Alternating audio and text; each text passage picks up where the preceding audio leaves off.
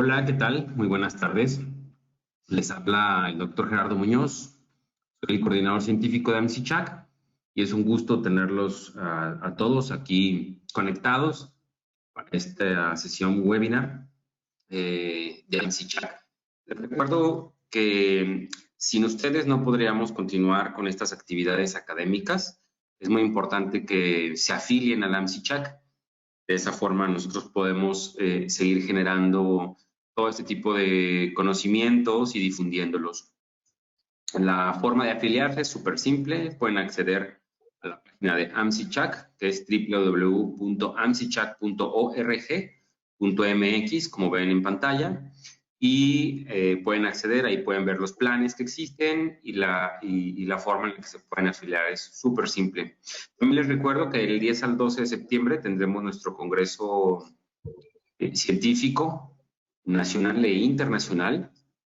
En esta ocasión será totalmente virtual para que ustedes tengan la posibilidad de estar desde casa, en la comodidad de su sofá, no sé, haciendo lo que ustedes gusten. Podrán tener acceso a todas las presentaciones que estamos preparando para ustedes. De antemano les digo que es un congreso muy robusto académicamente, enfocado a todo el mundo de las heridas, con tópicos específicos de interés para enfermería, para medicina general, para cirugía vascular, podología, cirugía reconstructiva, en fin, a todos aquellos interesados en el mundo de las heridas tendrán acceso a este Congreso Nacional e Internacional. Y esta tarde tenemos la presencia de la doctora Sandra Cecilia López Romero. Ella es coordinadora de educación del Servicio de Cirugía General del Hospital General de México. Doctora Sandra, bienvenida. Buenas tardes. ¿Qué tal? Buenas tardes.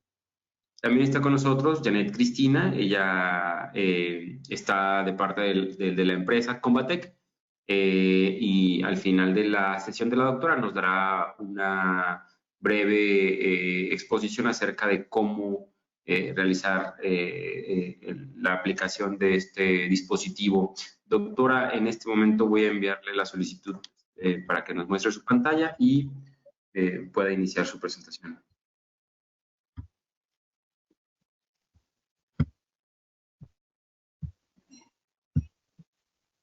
Excelente.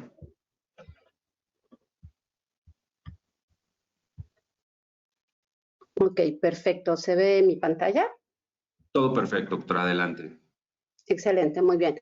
Pues muy buenas tardes a todos. En primer lugar, agradecemos a la AMSICHAC que nos haya permitido la oportunidad de poder platicar con ustedes un poquito sobre nuestra experiencia acerca del uso de dispositivos de derivación fecal y me voy a permitir dar algo de información y algo de evidencia acerca del uso de estos dispositivos. Entonces, principalmente los objetivos de nuestra plática van a ser que conozcamos las indicaciones específicas de estos dispositivos, revisar algunas evidencias científicas, como les había comentado, acerca de varias situaciones clínicas en las cuales se pueden ocupar y obviamente analizar la utilidad y relacionar algunas complicaciones que se pueden presentar con el uso de este instrumental. Entonces, primeramente, la indicación más importante para el uso de Flexisil y de este tipo de dispositivos de derivación fecal, pues es precisamente la contención y la derivación del contenido fecal, específicamente cuando tenemos heces líquidas o semilíquidas y que esto se asocia a incontinencia, específicamente incontinencia fecal aguda. No estamos hablando de trastornos crónicos de la continencia. Y bueno, aquí retomando la definición que tienen algunos textos acerca de la diarrea como la presencia de 2 episodios o más de evacuaciones líquidas que se presenten en 24 horas. Entonces, sabemos que la continencia fecal va a depender principalmente de los mecanismos del esfínter anal, de la presencia y la consistencia de las heces, obviamente de esta función de reservorio que tenemos a nivel rectal y la integridad neuronal. Entonces, todos estos van a ser factores importantes que de alguna manera se pueden alterar por la patología propia del paciente o a veces por la intervención médica. De ahí que tengamos pues 4 vertientes de este cuadro clínico. La diarrea como síntoma, en la cual generalmente va a estar relacionada a infecciones del tubo digestivo, a trastornos de la motilidad relacionada ya sea intervención o parte de estos procesos inflamatorios y o infecciosos en la cavidad abdominal, y obviamente a trastornos también de mala absorción, que también tienen que estar a veces en relación con procesos infecciosos o procesos inflamatorios. Sin embargo, vamos a tener otro tipo de diarrea, que es la diarrea secundaria a la intervención, en la cual aquí lo que tenemos son pacientes que están con nutriciones enterales, que a veces pueden ser fórmulas hiperosmolares y que pueden favorecer como el efecto secundario de este tipo de nutrición la presencia de evacuaciones líquidas o incluso evacuaciones de alto volumen. Lo mismo la antibioticoterapia, sobre todo cuando estamos hablando de antibióticos de amplio espectro que van a afectar la microbiota intestinal y que esto obviamente va a alterar el microambiente intestinal, favoreciendo el desarrollo de bacterias patógenas y con esto obviamente la presencia de diarrea. Y bueno, hay algunos otros fármacos como las estatinas, como algunos hipoglicemiantes que también pueden favorecer algunos trastornos de mala absorción y que se van a estar seguidos de evacuaciones diarreicas. Sin embargo, tenemos otro tipo de pacientes en los cuales la diarrea es directamente relacionada al tratamiento o a la patología inherente que está llevando al paciente a la hospitalización.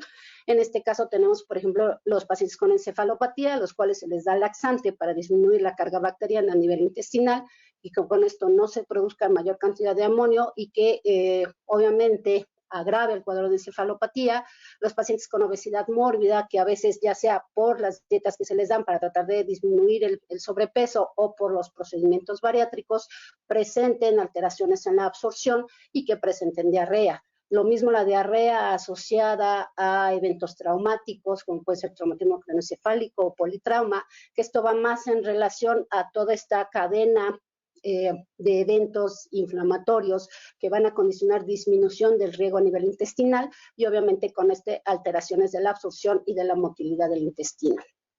Y por último, tendremos algunos pacientes que ya tienen algunas patologías crónicas que aunque no pueden llegar a condicionar diarrea, sí pueden llegar a tener problemas en la continencia y en la continencia fecal y en el manejo de las heces. En estos casos tenemos pacientes parapléjicos, cuadripléjicos que tienen daño medular o estos pacientes grandes obesos que es difícil movilizarlos, que tienen muchos pliegues y esto hace muy difícil que lleguemos a tener una buena limpieza de la región perianal. Lo mismo los pacientes que están en decúbito prono, que ahorita nos ha tocado mucho con esto de las infecciones por COVID, que es difícil tener un manejo adecuado de las heces, y ya no digamos aquellos pacientes que presentan lesiones a nivel de la región perineal o glútea, que es fundamental disminuir la contaminación por las bacterias presentes en la materia fecal. Ahora bien, sabemos que esta incontinencia fecal es un problema del día a día, sobre todo en las terapias intensivas, sobre todo en los pacientes que llevan mucho tiempo hospitalizados. Y ya hay estudios en donde se ha visto que el impacto económico de la atención de estos pacientes, tanto por recurso humano como por el material necesario para llevarlo, puede llegar a ser tan alto como calculado al año hasta $4,000. De ahí que es fundamental que tengamos estrategias derivadas precisamente al mejor manejo de estos pacientes para disminuir las complicaciones y obviamente disminuir los costos de atención. Ahora bien, ¿qué consecuencias podemos tener por la presencia de la incontinencia fecal? Obviamente, aparte de la molestia para el paciente y para su calidad de vida, lo importante será aquí mantener la integridad cutánea. Y sabemos que la presencia de la materia fecal puede favorecer alteraciones que disminuyan la integridad de la piel y esto aunado a la presencia de las bacterias que tiene la materia fecal puede favorecer contaminación e infección local. Obviamente, estos cuadros que condicionan estas lesiones a nivel perianal pueden favorecer que el paciente tenga que estar mayor tiempo en el hospital, que se consuman más recursos. Obviamente, estos días de estancia hospitalaria merman la calidad de atención y aumentan los costos. De ahí que es un problema importante que debemos atacar tempranamente precisamente para evitar todas estas consecuencias. De hecho, sabemos que la mayoría de las unidades de cuidados intensivos médicos, pueden presentarse la incontinencia fecal hasta en un 40% de los casos, y esta está íntimamente relacionada al desarrollo de lesiones por humedad o a úlceras por presión. Ahora bien, ya hablando específicamente de algunas situaciones o algunas patologías en concreto. Una de ellas será la diarrea por Clostridium difficile. Esta entidad, que generalmente se presenta con un cuadro diarreico importante, con grandes volúmenes de heces y que está muy relacionado a la presencia de incontinencia, se puede presentar hasta un 3% de pacientes adultos. Esta, sabemos, es una infección que se causa directamente por aumento de la presencia de la bacteria a nivel del intestino, lo cual va a favorecer un proceso inflamatorio a nivel del enterocito, va a romper con la barrera intestinal y este daño al enterocito va a formar estas pseudomembranas que son características de la enfermedad. Sin embargo, Clostridium difficile tiene una característica, es formador de esporas. Y estas esporas no son más que la presencia de la bacteria en forma latente, de tal manera que puede durar en el ambiente hasta 5 meses y que estas formas pueden volverse activas y volver a infectar y que tienen cierta resistencia al uso de antimicrobianos. De ahí que este tipo de infecciones sea especialmente de cuidado tratar de contener la materia fecal y evitar la contaminación. Entonces, sabemos que muchos de estos pacientes que presentan este tipo de infecciones pueden llegar a tener recurrencias de estos cuadros hasta en un 20% de los casos y que esto aumenta su mortalidad hasta un 6%. Sabemos que este tipo de infecciones incluso pueden derivar en no solo colitis pseudomembranosa, sino incluso en etapas más graves como megacolon, que incluso pueda llegar a caer pacientes en choque séptico y necesidad de tratamientos quirúrgicos urgentes. En un estudio prospectivo con pacientes con Clostridium difficile, hasta en 42% se decidió colocar sistemas de derivación fecal, tipo el Flexicil que estamos presentando, precisamente para tener un mejor control de las evacuaciones diarreicas y disminuir la contaminación por esta bacteria, logrando una contención de heces fecales en más del 80% de los casos y, lo más importante, también logrando permitir que se mantuviera la integridad de la piel a nivel perianal hasta un 92% de los casos. Sabemos que el principal problema de la diarrea por Clostridium difficile es el paciente que lleva mucho tiempo hospitalizado. Entonces, sobre todo pacientes de edad avanzada, sobre todo pacientes que tienen una estancia prolongada en el hospital, que están con antibioticoterapia, que esto favorece la disminución de la microbiota y con esto el sobrecrecimiento de bacterias patógenas, entre ellas Clostridium difficile, y que si se asocia también al uso de inhibidores de la bomba de protones para disminuir la gastritis, esto va a favorecer el crecimiento de esta bacteria. Si además lo relacionamos con inmunocompromiso o algunas comorbilidades sistémicas importantes, pues obviamente son pacientes que fácilmente se pueden infectar y reinfectar y que esto va a aumentar mucho su mortalidad. Afortunadamente, aunque ya se han presentado algunas resistencias, Clostridium difficile todavía es sensible hasta en el 85% de los casos al tratamiento antibiótico. Sin embargo, lo que nos interesa es la recurrencia. Muchos de estos pacientes, 1 de cada 5 va a ser recurrencia del cuadro infeccioso, y esto ¿por qué? Por contaminación. Son pacientes que deberían de manejarse con técnica aislada, con un manejo específico de las heces, precisamente para evitar esta reinfección. Por lo tanto, parte del tratamiento de estos pacientes será bloquear la producción de la bacteria, obviamente limitando todas aquellas situaciones que favorecen su crecimiento. Obviamente también disminuir la actividad de las toxinas, que esto se hace mucho precisamente controlando la población bacteriana, eliminar la producción de esporas, pero lo más importante, evitar la esporulación y la contaminación del medio ambiente, lo cual se puede favorecer con el uso de sistemas de derivación fecal. Y aquí precisamente este autor, Jones, hace un estudio in vitro, mediante el modelo que les muestro en la fotografía, en la cual en este sistema de derivación fecal tiene un medio de cultivo donde está inoculado Clostridium difficile y lo deja durante 31 días. Y ellos toman cultivos seriados tanto de la superficie externa del dispositivo como de la bolsa reservorio y del filtro. Y de tal manera logra identificar que no hay crecimiento bacteriano. De tal manera que estos dispositivos se pueden utilizar con la seguridad de que la bacteria no va a salir del dispositivo y va a contaminar el medio ambiente. Ahora bien, hablando de diarrea y de control de infecciones. Actualmente tenemos todo un tema en cuanto a los pacientes COVID.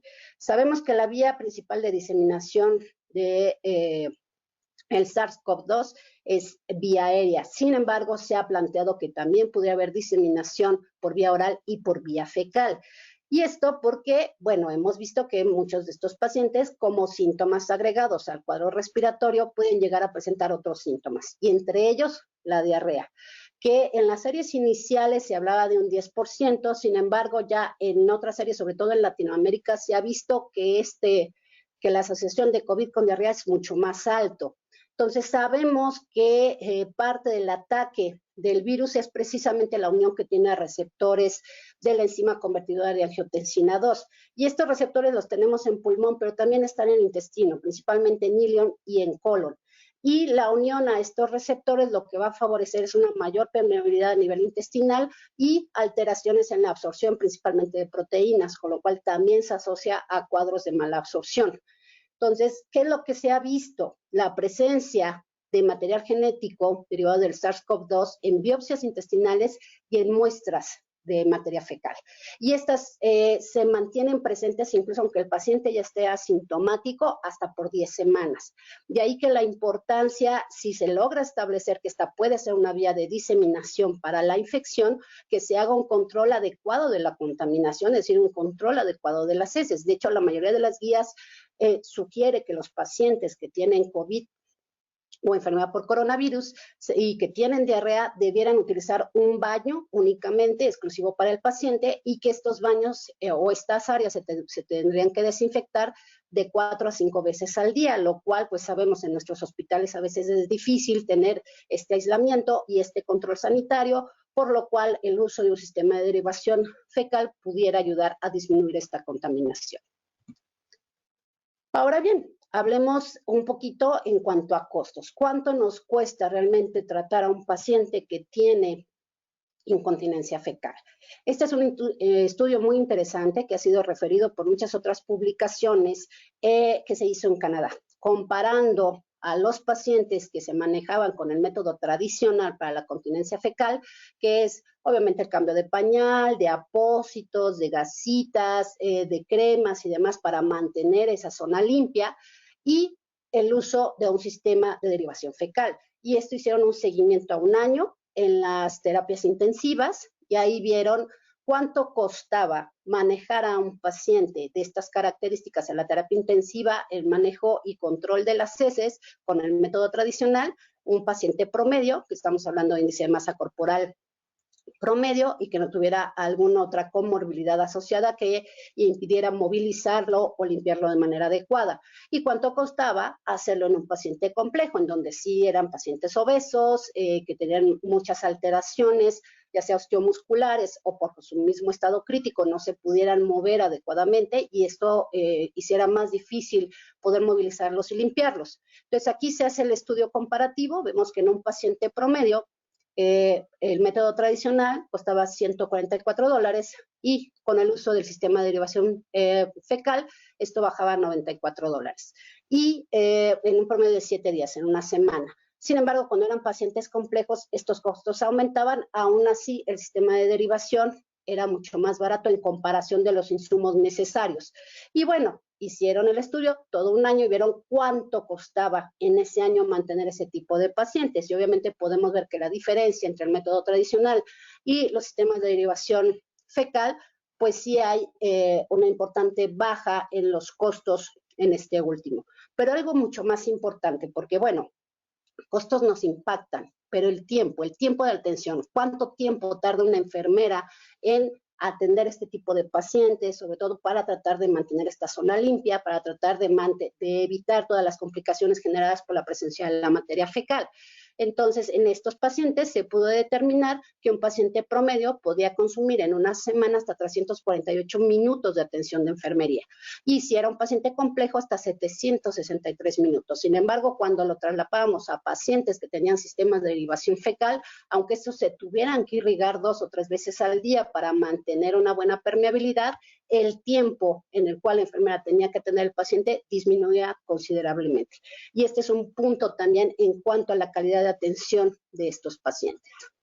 Bien, ahora hablemos de situaciones un poquito más críticas, y es aquel paciente que tiene una lesión en la región glútea, la región perineal, en donde lo que se busca es mantener el mínimo de contaminación para que entonces se lleve a cabo este proceso de cicatrización y logremos sacar adelante al paciente sin las complicaciones infecciosas que suelen estar relacionadas. Entonces, en este caso, hay un estudio, uno de los primeros que se reportó en 2007, en una serie pequeña de pacientes con quemaduras en zonas del periné, de glúteos o en tercio superior de las piernas, en las cuales hizo una comparación entre sistema de derivación fecal y apósitos.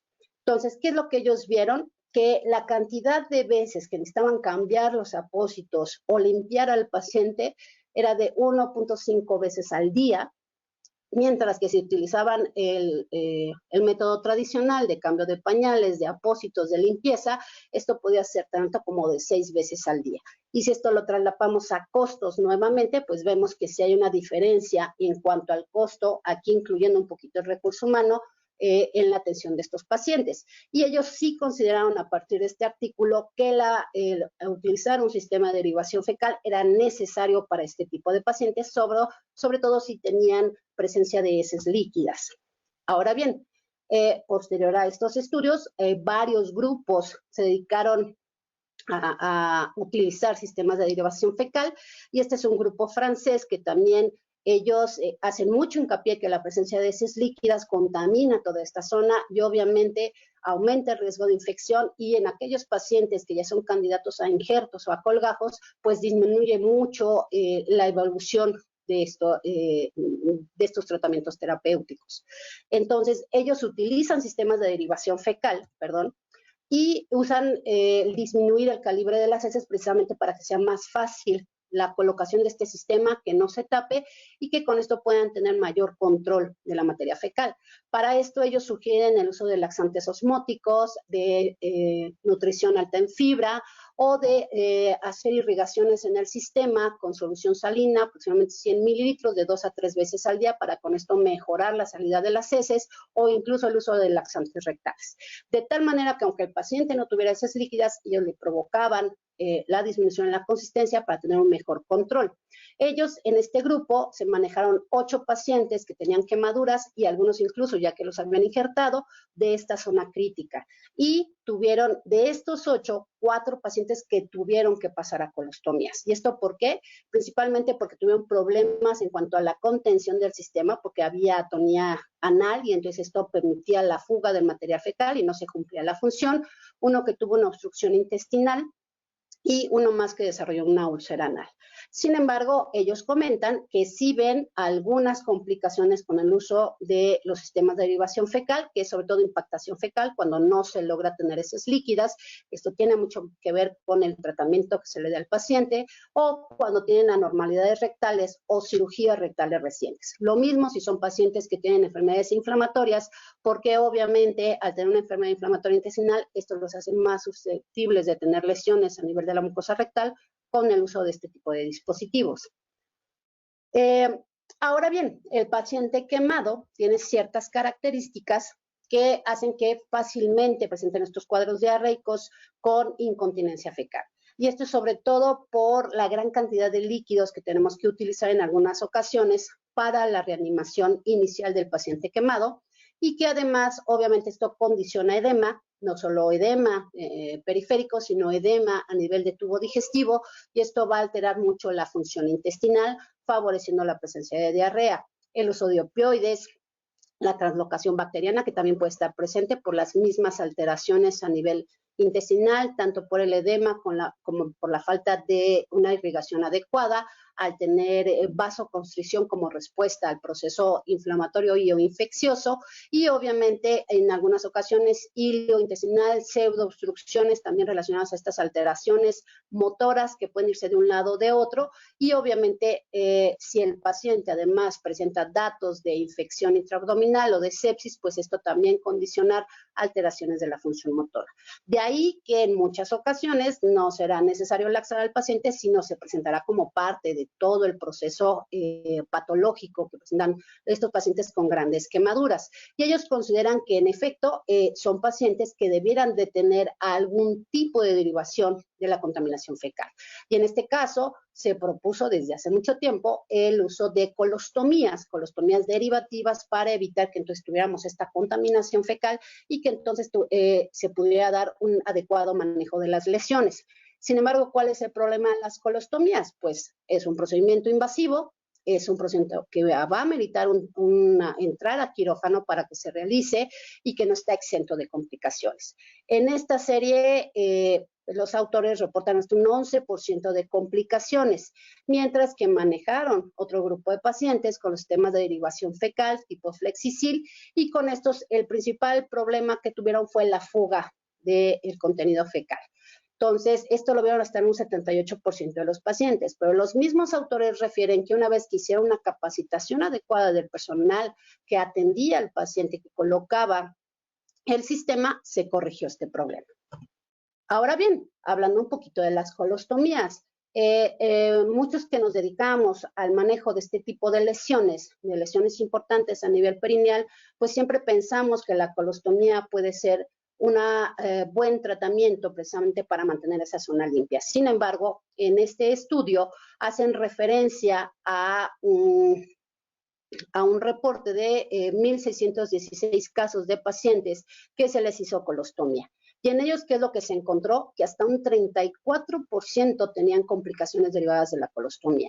28% en etapa temprana, en el primer mes de haberse realizado la colostomía, y algunos posterior a esto hasta en un 6%.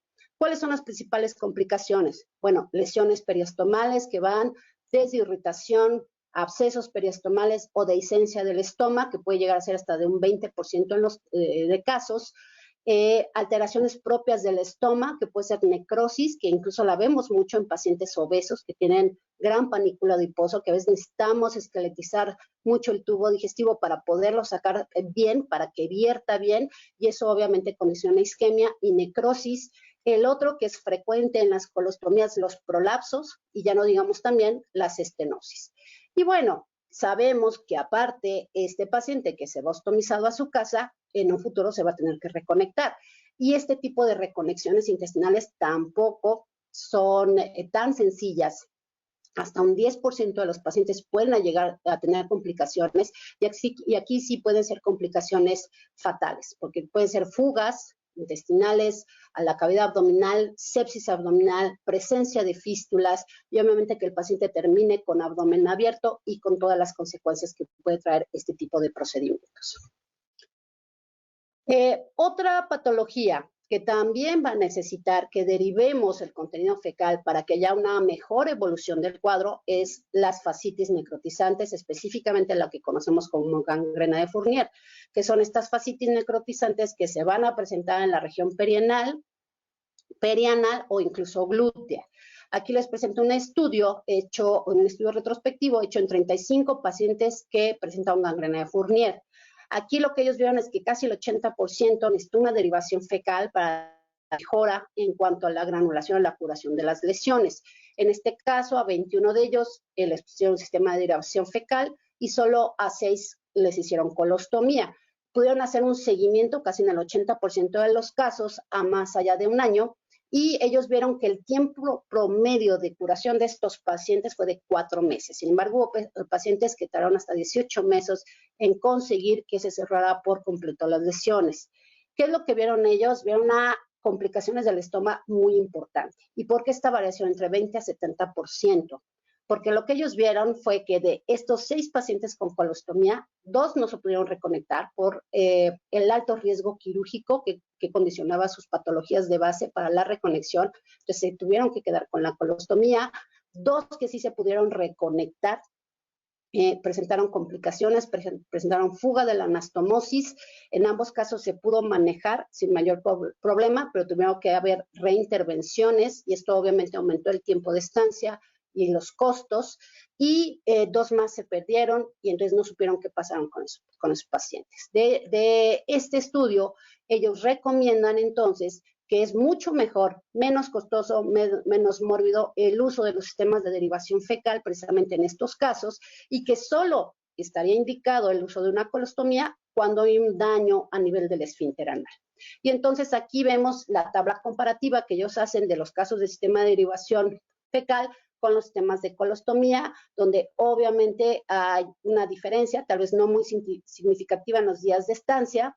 Igual, los días que los pacientes tuvieron que pasar a la terapia intensiva son discretamente diferentes, un poquito mayor en los pacientes con colostomía. Sin embargo, el número total de cirugías que requirieron estos pacientes sí aumentó en los pacientes con colostomía, sobre todo porque aquí se incluyó las reconexiones de estos dos pacientes y las reintervenciones, pero lo más importante, el tiempo de curación de la lesión. Aquí sí vimos que disminuyó de manera muy importante en los sistemas de derivación fecal y aumentó el tiempo promedio, que fue hasta de 8 meses, en los pacientes con colostomía.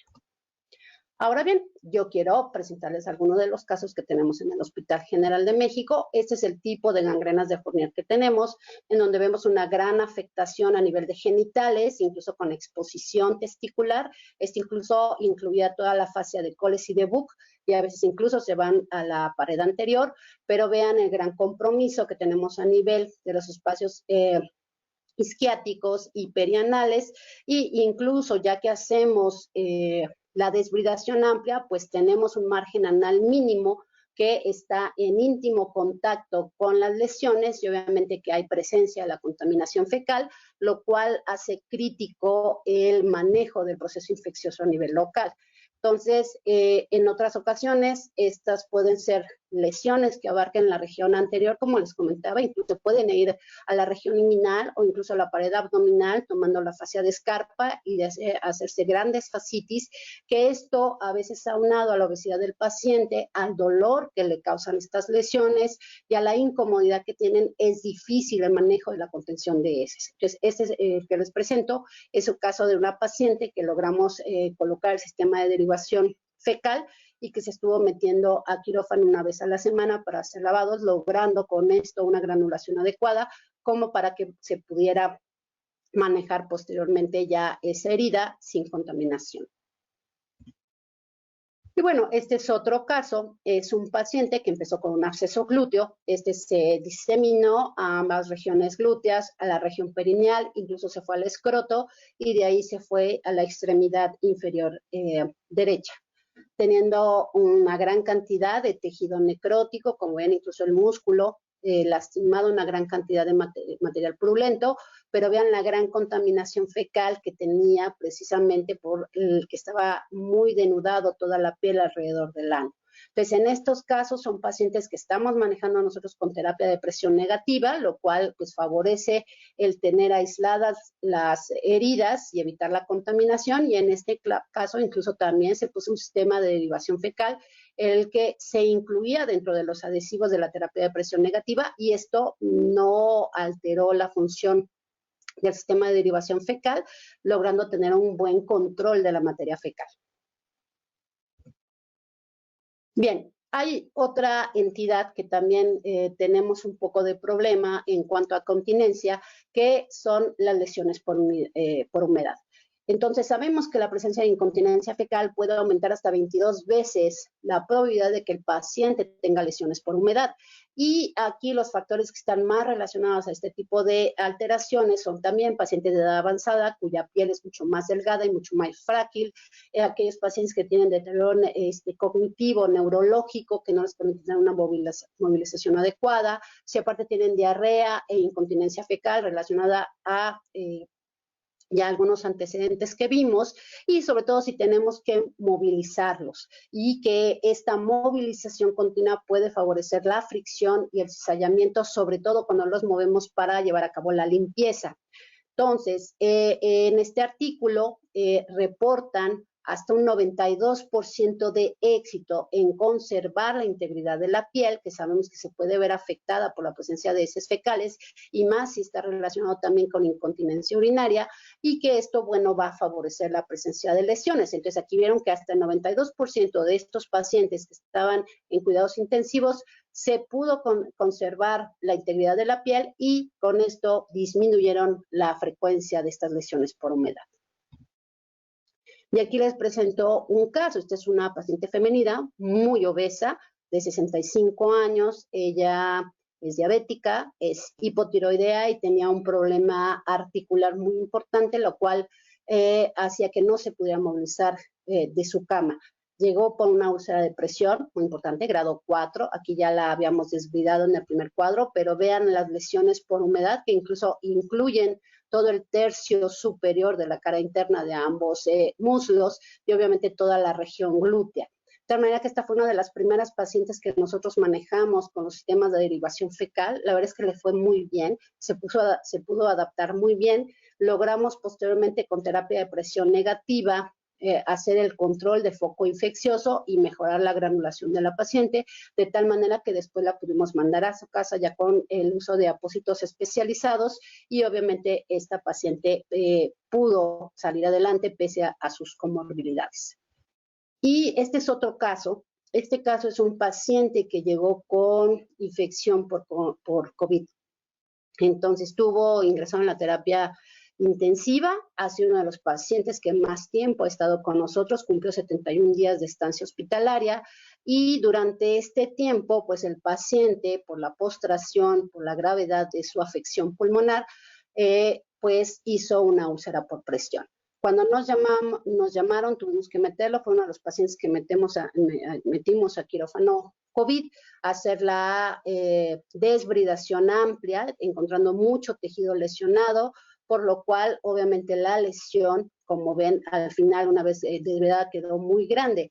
Entonces este paciente no se alcanza a ver muy bien aquí, pero tiene el sistema de derivación fecal y por la gravedad del paciente y el uso de vasopresores y todo el problema respiratorio que tenía, era muy difícil meterlo a quirófano. Entonces se decidió dar el manejo local.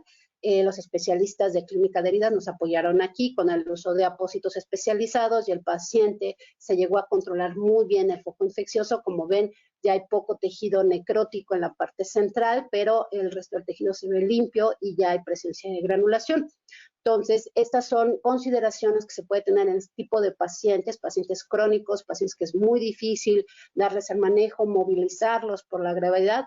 Pues bueno, son pacientes que la indicación es clara para el manejo de este tipo de sistemas de derivación fecal.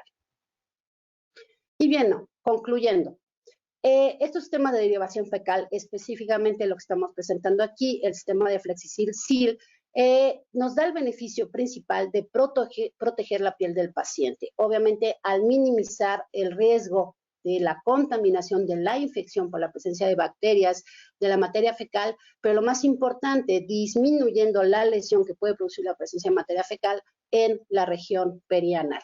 Obviamente, esto también va a favorecer la disminución de la contaminación del profesional de salud, que en estos tiempos es un punto relevante que hay que considerar.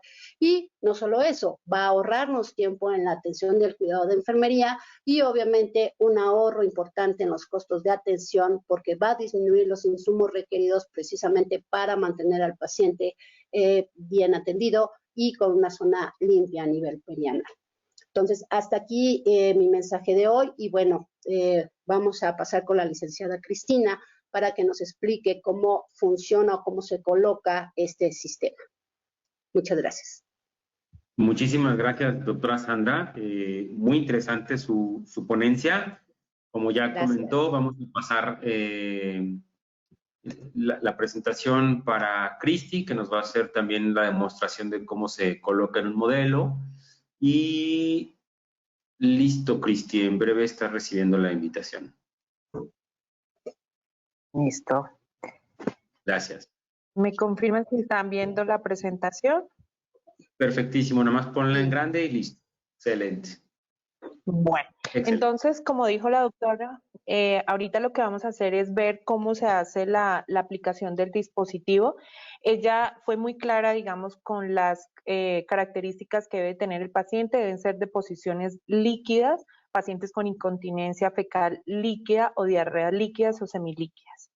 Entonces, les presento, este es el sistema de Signal, Flexi-Seal Signal, que es para el manejo de la incontinencia fecal. Este dispositivo consta, ahorita se los voy a presentar ya en físico, consta de balón de retención, viene también aquí toda la parte del tubo conector, viene con dos puertos, un puerto azul, que es el puerto donde vamos a hacer la irrigación, como ella lo comentaba, y viene con un puerto blanco en donde se va a hacer la insuflación del balón. Adicional, viene con una bolsa, estas bolsas son cerradas, vienen también con graduación para también cuando se requiere hacer el control de los líquidos eliminados. Y viene esta bolsa adicional, viene con un filtro para filtrar los olores también que pueden generar la materia fecal. Viene con una tapa para que la bolsa sea desechada, inmediatamente se llena con sus 1000 mililitros que viene de capacidad. Adicional, viene con una jeringa, la cual es para insuflar el balón, que debe ser con agua. Agua de la llave, agua normal, no necesariamente con solución salina, puede ser con agua, que es la recomendación, y adicional viene con un clamp, que ahorita les voy a decir que otra ventaja que tiene este dispositivo es para la administración de medicamentos. ¿Cuáles son los beneficios? Y todo el sistema viene con un sistema innovador. Como lo comentaba la doctora, reduce el riesgo de las lesiones de la piel por estar en contacto con la materia fecal, reduce el riesgo de infecciones cruzadas, y en este caso por Clostridium difficile, en el momento en el que estamos viviendo por COVID-19, protege también las heridas de la contaminación, en el caso de que el paciente llegue a presentar diarreas o heces líquidas, reduce las complicaciones que pueden llegar a presentar ellos, porque muchos pueden presentar lesiones por humedad. También algo importante es el ahorro del tiempo de la enfermería, y eso lo comentaba muchísimo la doctora cuando se hizo el análisis de cuánto era la costo-efectividad de la utilización del sistema FlexiSignal. Y previene la emisión fecal en la ropa, de estar contaminando todo lo que son las superficies, mantiene el paciente limpio, seco, reduce también el estrés de la familia y ayuda a controlar el olor. Bueno, entonces ahorita vamos a ir para el procedimiento. Es importante que se haga un tacto rectal en el paciente, puede ser por el médico, por la enfermera, para mirar cómo está el tono del esfínter anal. La prescripción, la cual debe ser en conjunto con el médico, el procedimiento lo puede hacer enfermería o el médico, no hay ningún problema, y tener en cuenta reunir el material. Entonces, algo importante es el Flexisil. Vamos a tener un lubricante, cualquier lubricante, y esto es para lubricar el balón de retención. Los guantes de procedimiento, como es un procedimiento que no necesita esterilidad porque va a ser con contaminación con materia fecal, entonces pueden ser guantes limpios, y agua normal de la llave. En este caso, pues bueno, yo tomé agua de la llave y la tengo aquí en este vasito para que ahorita vamos a hacer la colocación del dispositivo. En cuanto al procedimiento del tacto, se debe tener en cuenta que ese tono del esfínter anal sea el mejor y el más ideal para que no vaya a desplazar el dispositivo. Entonces hablan de como cuando nos colocamos un anillo, cuando hablamos de que ese tono está bueno, es cuando pasa suavemente el anillo sobre nuestros dedos. Cuando hablamos de justo es cuando tenemos que hacer mucha presión para ingresar o para ajustar el anillo en nuestros dedos. Y cuando está muy laxo ese esfínter anal es cuando ya nos queda suelto. En esta condición que nos queda muy suelto, puede haber desplazamiento del dispositivo. Y algo muy importante, no es que porque ya está muy dilatado de pronto el esfínter anal podamos llenar con más el balón de retención con agua, no. Ahorita vamos a ver cuánto es la cantidad máxima que se debe colocar para insuflar el balón de retención. Ya después de que nosotros hemos hecho el tacto del esfínter anal, acá tenemos un maniquí, se hace el tacto con el dedo índice y vamos a colocar al paciente en decúbito lateral izquierdo, y esto lo hacemos siempre cuando vamos a hacer algún procedimiento, se quiere hacer colocación de algún enema, entonces siempre es como la la indicación de colocar al paciente. Si el paciente no aguanta estar en posición de decúbito lateral izquierdo, se puede colocar en decúbito lateral derecho o en decúbito dorsal, levantando un poco las extremidades, en donde nos permita poder hacer la inserción del dispositivo. Colocar un empapador, porque puede haber de pronto alguna fuga o algo en el momento de hacer la inserción del dispositivo, y pues la idea es mantener el área también limpia. Y proteger de pronto. Señor. Y ¿no, por favor, no, se ve bien, nada más le voy a recomendar al público que está conectado. La pantalla está dividida en dos. En una están viendo a Cristi y en otra están viendo sus diapositivas. Ustedes, cada quien en su computadora, pueden hacer más grande la pantallita o la ventana en donde está Cristi para que puedan ver más grande el video de Cristi y más chiquito sus diapositivas para que puedan ver en grande. Adelante, Cristi. Ok. Bueno, listo. Entonces ya colocamos al paciente. Bueno, ahorita vamos a tener en cuenta a qué pacientes no se le puede hacer la aplicación del dispositivo, y esto es muy importante, que son pacientes menores de 18 años. Entonces yo debo verificar que sea un paciente mayor de 18 años, que el dispositivo puede permanecer hasta 29 días, es como la indicación que tiene el producto.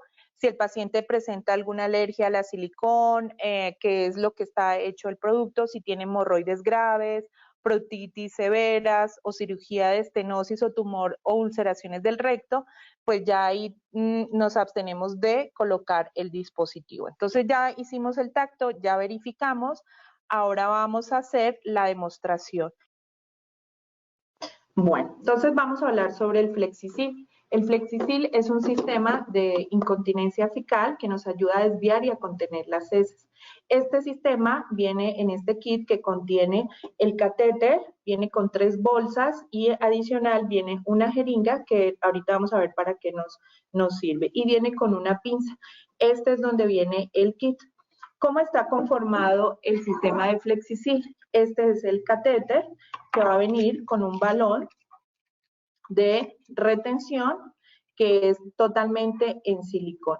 Adicional, tiene un bolsillito donde vamos a insertar el dedo cuando vamos a hacer la inserción del dispositivo. Viene con 2 puertos, un puerto blanco que es para insuflar el balón, que es con 45 mililitros de agua. Y viene con otro puerto azul que viene con indicación que es para hacer la irrigación o también para la administración de un medicamento. Adicional, viene con un puerto para la toma de muestras de laboratorio de materia fecal. También viene acá este codo donde va a ir conectada la bolsa. Esta es la bolsa de recolección, es una bolsa que viene sellada, es una bolsa que viene con un filtro para disminuir el olor de lo que puede generar las heces. Adicional, viene marcada hasta 1000 mililitros de la capacidad que tiene la bolsa para contener las heces fecales. También tiene unas válvulas antirreflujo por si se voltea la bolsa, no vaya a haber salida de la materia fecal y haya contaminación. Y esta tapita para cuando ya se llena la bolsa, hacer el desecho. Entonces, lo primero que debemos hacer es colocar la bolsa en la parte del codo acá para ajustarla y ya nos queda nuestra bolsa colocada. Adicional tiene esta correíta que nos permite colocarla al pie de la cama y ajustarla de acuerdo a las medidas que se requiera para que quede bien justa y colocada nuestra bolsa en la pie de la cama. Bueno, entonces para el procedimiento, para colocar el dispositivo, lo primero que debemos hacer es colocar a nuestro paciente en decúbito lateral izquierdo para poder empezar a hacer la inserción del dispositivo. Antes de hacer la inserción del dispositivo, debemos hacer un tacto rectal para verificar el tono del esfínter anal del paciente. Este tono, ¿cómo sabemos si tiene un buen tono del esfínter anal? Siempre lo que nosotros recomendamos es que cuando nosotros nos colocamos un anillo, sea que nos quede o se introduzca bien sin hacer presión. Si el paciente tiene un esfínter muy laxo, corre el riesgo de la posibilidad de que el dispositivo se despalace. Entonces, para hacer ya la colocación del dispositivo, entonces lo que vamos a hacer es colocarnos nuestros guantes, ¿listo? Vamos a hacer la colocación del guante, perdón, y vamos a hacer nuestro tacto rectal. Colocamos al paciente en decúbito lateral izquierdo, lubricamos el dedo y hacemos el tacto. Verificamos que no vaya a haber, digamos, una resistencia y ya que vemos que tiene un buen tono del esfínter anal, nos vamos hacia el dispositivo. Vamos a verificar que este balón esté totalmente desinflado, que no vaya a tener aire y nos vamos a ir sobre el bolsillito azul. Este bolsillo es para donde va a ir el dedo de inserción.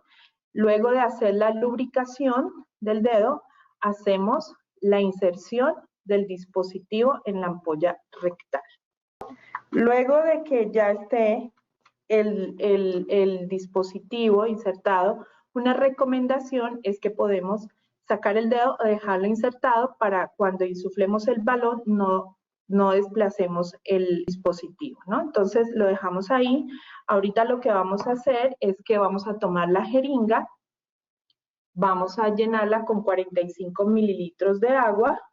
Estos 45 mililitros de agua puede ser agua de la llave o agua en botella, no necesariamente tiene que ser agua estéril.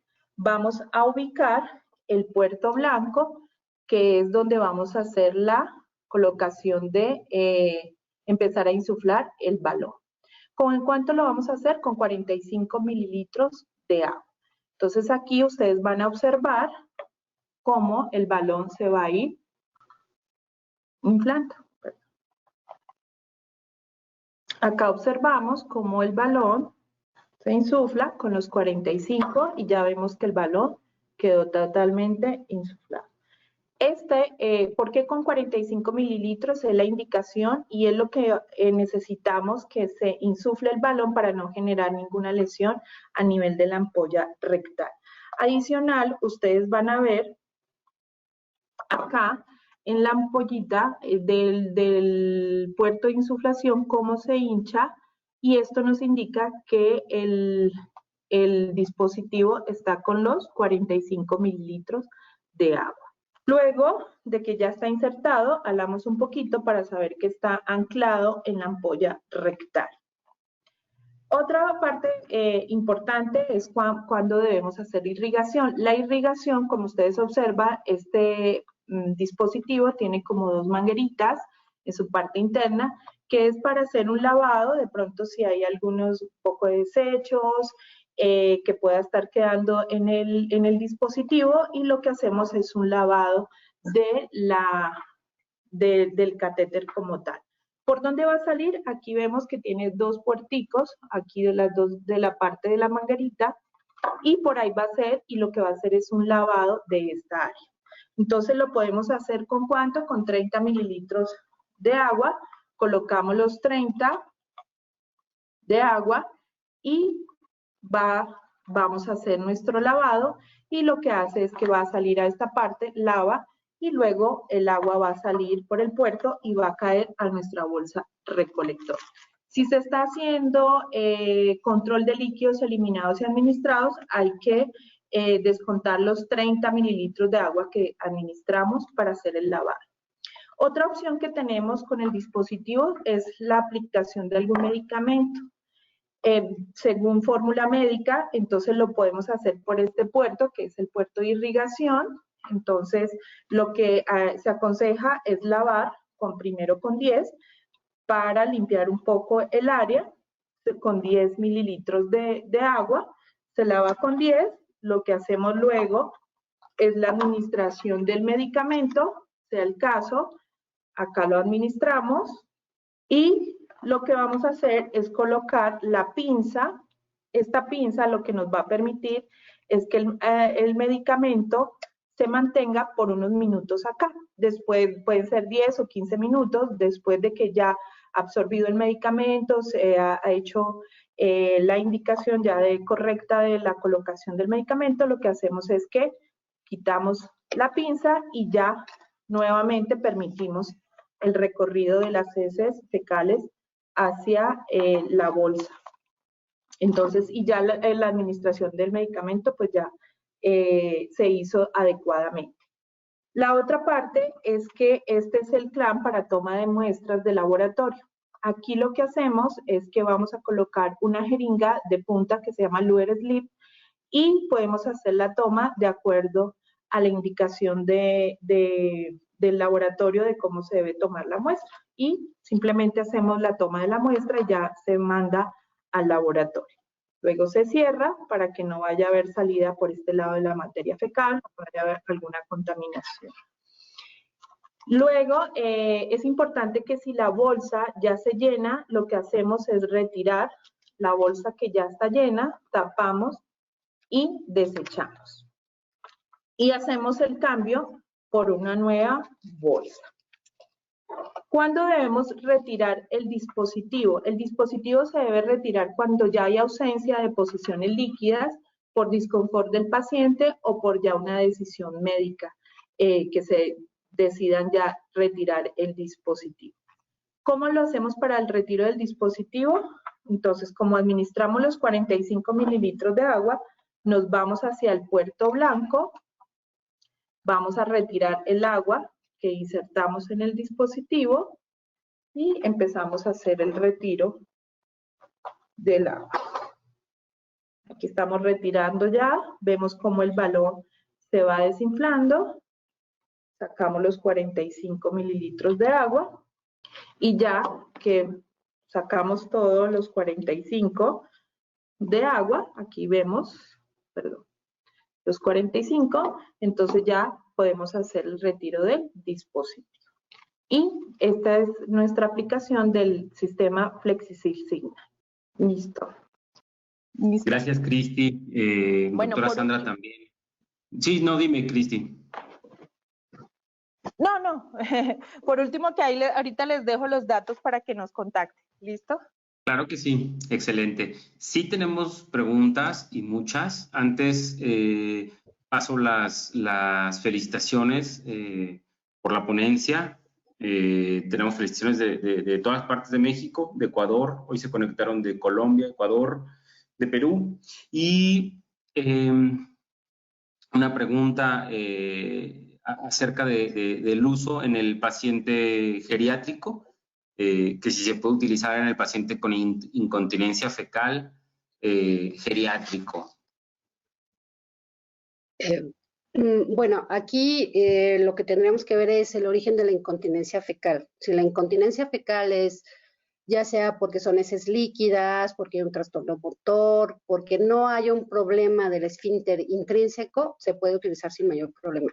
Entonces, lo que comentaba Cristi, lo que hay que evaluar muy bien es el tono del esfínter, porque si lo que tenemos es una atonía a nivel anal, pues vamos a tener problemas y vamos a tener fugas. Entonces, ese es el principal problema. Pero si es un paciente que tiene un buen esfínter, que solo es el problema, la consistencia de las heces, el trastorno motor o problemas neurológicos, sí puede utilizarse. Y de hecho, lo hemos utilizado nosotros generalmente. Los pacientes que hemos tenido han sido mayores de 65, 70 años y se han podido utilizar bien.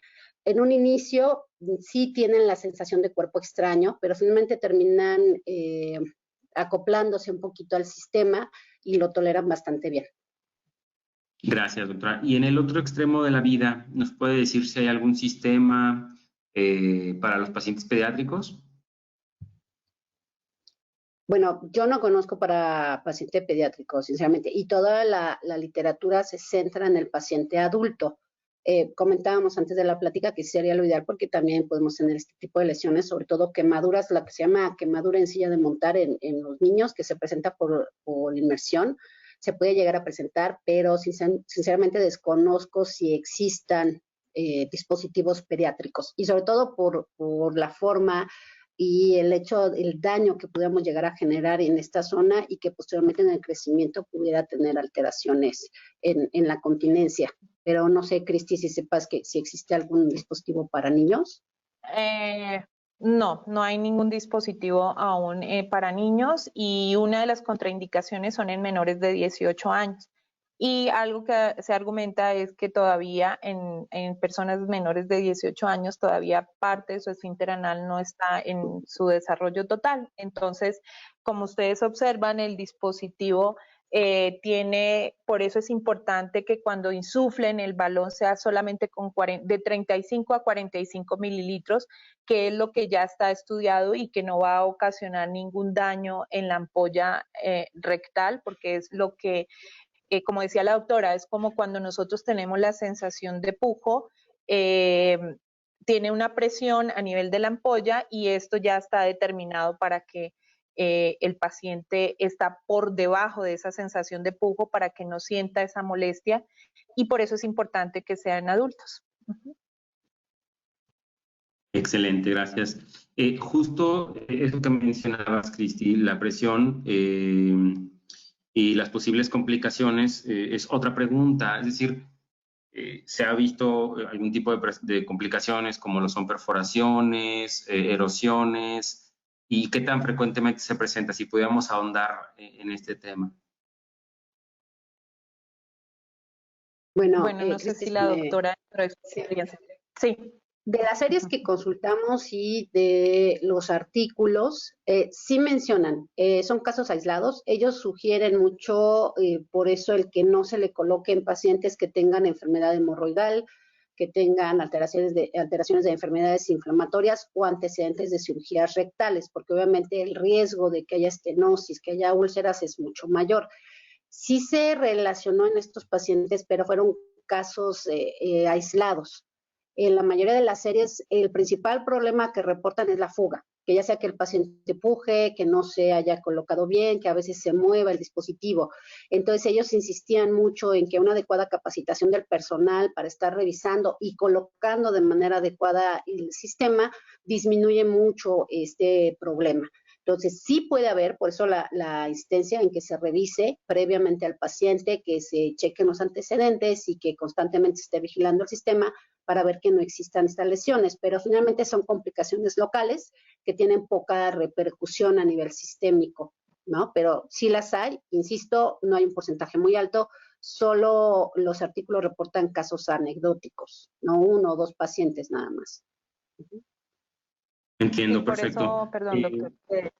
Sí, adelante. No, solamente era para comentarle que nosotros, y es la recomendación que hacemos, es que antes de hacer la colocación del dispositivo se haga el tacto rectal para mirar cómo está la ampolla realmente, cómo está su esfínter, si está bien y que no vaya a tener ninguna dificultad el paciente en el momento de su colocación. Por eso el dispositivo también, cuando hacemos la inserción, como ustedes pueden ver, él se colapsa hasta 8 milímetros, se colapsa y ya cuando está adentro, cuando insuflamos el balón, genera la presión adecuada.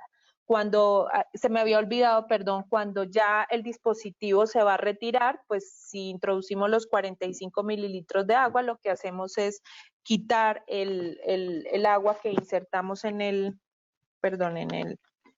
dispositivo y ya vemos cómo el balón se va desinflando y ya podemos hacer el retiro suave del dispositivo. Bueno, esto es un maniquí, no se ve tan suave, pero sí es suave el retiro del dispositivo. Ya, eso era todo. Excelente. No, muy bien. Y, tenemos otra pregunta y es en relación al uso del sistema en los estomas, en las colostomías o en los estomas de derivación. ¿Se puede utilizar? Bueno, aquí el problema es la anatomía, porque finalmente el esfínter anal es lo que nos va a permitir anclar el sistema, ¿sí? Y por eso está ideado precisamente el balón, con ese volumen y todo, considerando las características anatómicas de la ampulla rectal. Cuando tenemos un estoma, el problema va a ser que, uno, no vamos a tener un esfínter, dos, dependerá mucho de la pared abdominal, que tengamos un grosor determinado, lo cual puede condicionar que no se ancle bien el sistema, o incluso dos, que metamos demasiada presión dependiendo del calibre del asa y que podamos llegar a erosionar. Entonces, no está estudiado este tipo de sistemas para ponerlos en una estoma de alto gasto o en una estoma que fuga y demás para el control. Digo, en un momento dado pudiera ser, pero insisto, no está calibrado y no tenemos las condiciones anatómicas para colocarlo de manera segura. Entiendo, perfecto. Una pregunta que se repite mucho, y esto es por los casos que presentó doctora, muy interesantes, por cierto, es el uso aunado a la terapia de presión negativa. ¿Se puede colocar tal cual el sistema de presión negativa sobre el dispositivo? ¿No va a afectar su drenaje? ¿O cómo hace la colocación? ¿Queda totalmente por fuera? Es decir, eso les generó mucha duda. Tengo varias preguntas en eso. En este paciente que nosotros colocamos, sí nos costó trabajo. Sí he de decirle que ideamos, somos un grupo de cirujanos que estamos metiendo al paciente dependiendo la necesidad, más que programarlos. Entonces, con este paciente se metieron 3 compañeros cirujanos y cada uno dio formas diferentes. Cuando tenemos un margen anal muy pequeño en el cual no se puede pegar bien el adhesivo, esto genera un problema. Incluso con el sistema de presión negativa, con el sistema de presión negativa puede haber fugas con el sistema de derivación fecal. En este caso hicimos una técnica de sándwich. Se pegaron los adhesivos transparentes de tal manera sobre el sistema. Lo que sí es que mientras no tuvimos al paciente laxado, sí hubo problemas, sí había fugas. Una vez que conseguimos completamente laxar al paciente, que esto se hizo con un laxante osmótico de polietilenglicol, y con esto logramos heces líquidas, ya se pudo controlar mejor. Decía en un inicio costaba trabajo que saliera por los adhesivos, pero finalmente salió. Otras maniobras que logramos hacer cuando no tenemos suficiente margen anal para pegar los adhesivos transparentes es hacer donas precisamente con las esponjas y estos adhesivos plásticos que se colocan sobre los márgenes anales, se sale el tubo de silicón a través de la dona y esta dona permite tener una superficie donde se adhiera el adhesivo de la terapia de presión negativa.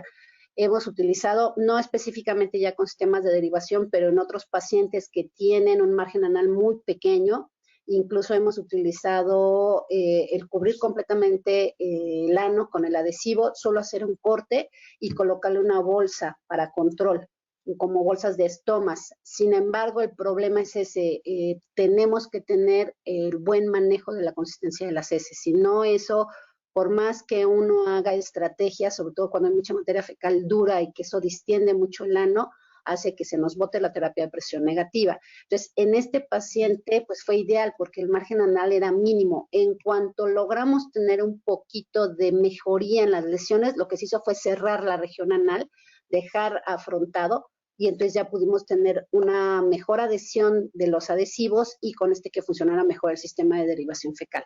Entonces les presento este caso porque sí nos costó trabajo, pero finalmente sí logramos tener controlada la contaminación fecal. Gracias. Pues tenemos algunos comentarios acerca de gente que ya lo ha usado. Francisco Julián Martínez nos dice que lo emplean en el CENIAC. Nos dicen por aquí también que lo están utilizando en Yucatán, que los servicios de salud de Yucatán ya les permiten acceder a este dispositivo. Pues hay 2 o 3 personas que ya lo han utilizado y están bastante contentas por cómo funciona. Hay otra pregunta también que es interesante y es si se puede hacer el recambio del dispositivo en caso de que se requiera por más de un mes. Esto es porque hay algunas heridas o hay algunos pacientes que tienen condiciones perianales que no se van a sanar en un mes. Entonces, se puede dejar descansar al paciente un tiempo y se vuelve a recolocar el dispositivo. ¿Qué se puede hacer si el paciente lo requiere más tiempo? Bueno, eso creo que lo puede contestar mejor Cristi. Adelante, Cristi. Bueno, el dispositivo dentro del tiempo de uso tiene para 29 días y si la indicación o requieren otra vez colocar otro dispositivo, se puede hacer.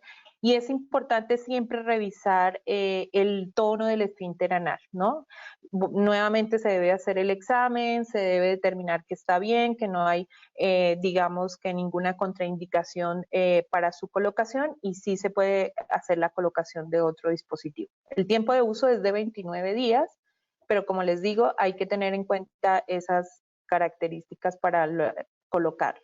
Y algo que decía muy importante la doctora, el paciente debe ser el candidato ideal con las deposiciones líquidas o semilíquidas Muchas veces pensamos que porque hizo 2 veces y de pronto está pastoso, ya con eso podemos colocar el dispositivo y eso puede generar que se desplace. Entonces, esto también es importante tenerlo en cuenta. Entonces, sí se puede colocar siempre y cuando se haga una buena valoración nuevamente del esfínter anal. Y bueno, también Excelente. comentar, perdón, en este estudio en donde hicieron el seguimiento de los pacientes a largo plazo, incluso a 1 año, sí comentaron que hubo 2 casos que presentaron atonía anal posterior al uso del dispositivo. Sin embargo, al retirarlo y hacer ejercicios y una terapia de ejercicios para recuperar, se recuperó el tono anal. Entonces sí, a lo mejor a largo plazo pudiéramos tener como complicación este problema, pero por lo menos los 2 pacientes que refirieron en este estudio recuperaron la función motora del esfínter, ¿no? Entonces nada más tendríamos que tener cuidado con eso. Excelente. Por último, 2 preguntas, son las últimas. La verdad es que tenemos muchas más. Una disculpa al público por cuestiones de tiempo, pues no podríamos prolongar más la sesión. Pero, ¿en dónde se desecha? ¿En qué tipo de recipiente o en qué tipo de bolsa se desecha una vez empleado el dispositivo? Y la otra es, ¿dónde lo pueden conseguir? Porque muchas personas están preguntando cómo pueden acceder a él, pues en muchas partes de México, e incluso en el extranjero. Ok, si me permite yo contesto la primera parte de la pregunta y Cristi la segunda. Entonces, la primera parte, sabemos que es material biológico contaminante, ¿sí? Independientemente si es un paciente que tiene diarrea por Clostridium o diarrea por COVID o por alguna causa infecciosa, la materia fecal se considera material altamente contaminante. Entonces, todo esto va en las bolsas de residuos biológicos. En México se utilizan las bolsas rojas. Entonces, esto sí se tiene que desechar. Y una consideración importante es precisamente esta bolsa reservorio que tiene el sistema Flexisil, evita que se derrame el contenido. Entonces, una vez que se desconecta, tiene un sistema antirreflujo que evita que salga y que con esto se vaya a continuar, ya sea si se va a dejar en algún recipiente mientras se consigue la bolsa roja, que esto se vaya a contaminar. Entonces, este es un beneficio, ¿no? Pero sí tiene que ser manejado como cualquier residuo biológico potencialmente contaminante, ¿no? Bueno, ¿Y acerca de dónde lo pueden conseguir? Sí, ya. Bueno, doctora, aquí la doctora nos comentaba que tiene unas válvulas que son antirreflujo y esto permite que tapemos la bolsa, ¿cierto? Que no vaya, si se cae o se voltea la bolsa, no se vaya a filtrar ninguno de los residuos que están ya contenidos acá.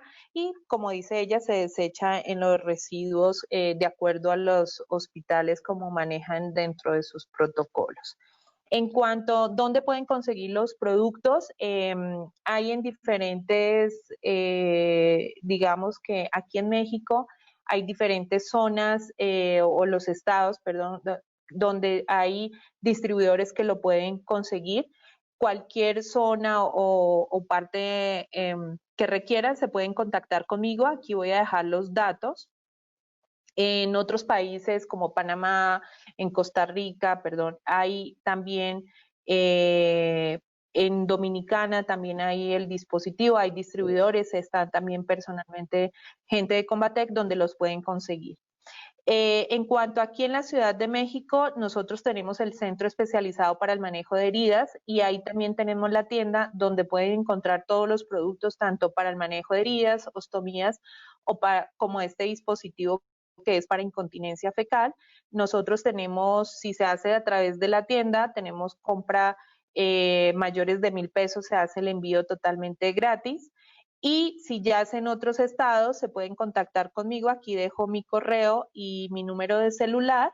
Mi correo es janetcristina.lopez@combatec.com y mi teléfono 5549814035 para ya decirles con qué representante pueden direccionar la solicitud.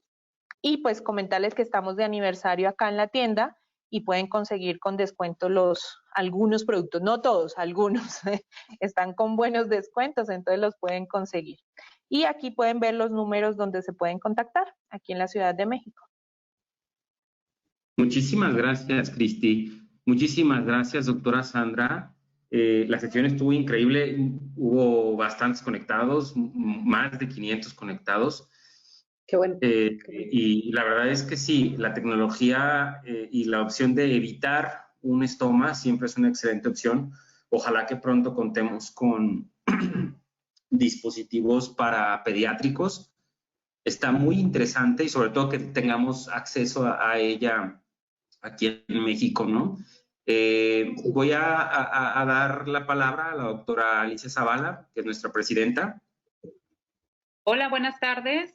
Buenas tardes a todos. Quería darle mi agradecimiento a la doctora Sandra Cecilia López por habernos transmitido su experiencia y todo lo que están realizando en el Hospital General, lo que es de bastante provecho para todos nosotros. Y a Cristina, por la demostración que nos hiciste con la sonda, la cual fue bastante buena. Nos quedó muchísimo más claro cómo es la aplicación de este tipo de dispositivo. Muchísimas gracias a las dos, y a todos nuestros conectados, agradecerles que se hayan conectado el día de hoy con nosotros y comentarles que la doctora Sandra Cecilia López estará también con nosotros en el Congreso. Invitarlos nuevamente a que asistan a nuestro Congreso. Muchísimas gracias. Gracias. Muchísimas gracias a ustedes. Les recuerdo a todos los que están conectados que este sábado tenemos desayuno con el experto y estará con nosotros la doctora Adriana Lozano. Ella es dermatóloga egresada del GEA González, y también tendremos pues nuestro congreso, les recuerdo, del 10 al 12. Por ahí recibí algunas preguntas acerca de los costos, acerca de cómo inscribirse. Les recuerdo, accedan a la página de la AMSICHAC, que es www.amsichac.org. Ahí podrán encontrar toda la información acerca del Congreso y acerca de las plataformas que puedan utilizar y acerca de cómo afiliarse.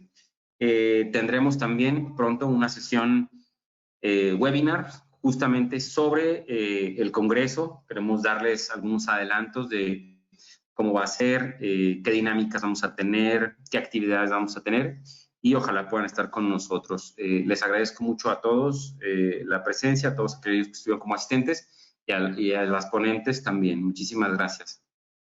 Gracias por la invitación.